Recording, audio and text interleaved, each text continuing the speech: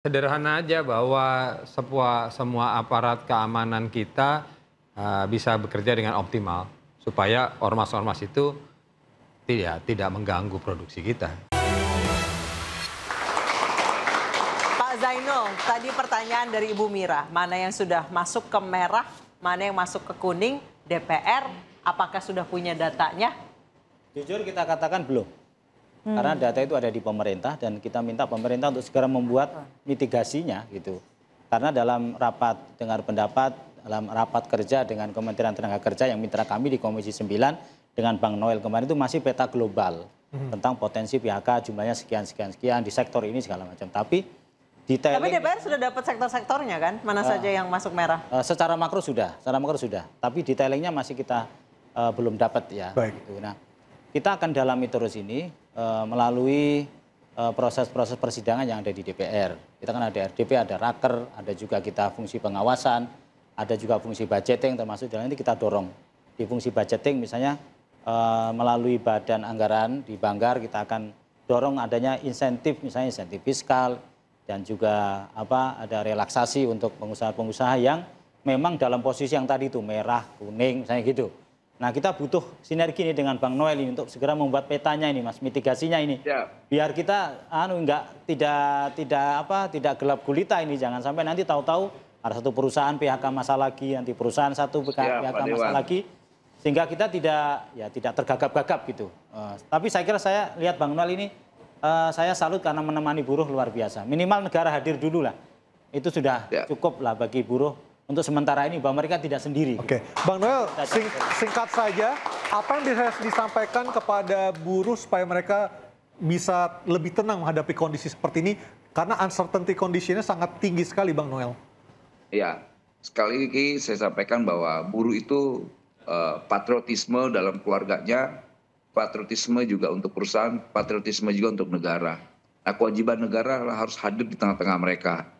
Makanya kita sampaikan sekali lagi, terkait hal ini kita harus punya semangat atau optimisme lah karena ke depan ini kan negara ini sedang bekerja lakukan hal-hal yang terbaik untuk kawan-kawan buruh, untuk juga pengusaha, ya itu pasti beruntungnya buat negara karena kita tidak mau ke depan ini dengan narasi Pak Presiden bahwa Indonesia menuju 45 Indonesia unggul ini malah hancur gara-gara hal seperti ini. Makanya tadi saya sampaikan di awal, ayo terkait yang sangat-sangat birokratif yang merusak, ya coba kita evaluasi ulang atau kita kaji lah agar investasi yang masuk ke Indonesia ini atau para pengusaha ini sedikit ada kenyamanan karena ini kan saling menguntungkan. Kalau pengusahanya untung, ya pasti juga ini terkait dengan kesejahteraan buruhnya.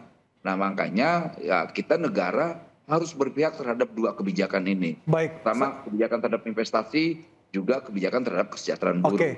Nah, untuk itu hari ini momentumnya kawan-kawan buruh dan pengusaha harus bersatu. Gitu. Inilah momentumnya. Baik, terima kasih Bang Noel. Saya ke Mbak Esa. Mbak Esa, apa langkah cepat yang bisa dilakukan untuk mengatasi, untuk sementara paling tidak, supaya ini tidak terus seperti bola salju gelombang PHK ini, Mbak Esa? Ya, mungkin yang pertama adalah tadi ya memastikan bahwa tadi misalnya pencairan terkait dengan jaminan JKP, JHT, THR ya. JHT yang memang ada di pemerintah ini bisa cair secepatnya, Pak. Karena itu adalah bantalan, jaminan, perlindungan hadirnya pemerintah untuk mereka tadi yang terdampak. Ya. Jadi ini sangat penting sekali, paling tidak di tengah kesusahan ini mereka masih punya ada 60% dari gajinya dia yang bisa dipegang untuk kebutuhan kehidupan sehari-harinya dia sampai 6 bulan sampai dia bisa dapat pekerjaan baru dan ini sangat penting sekali.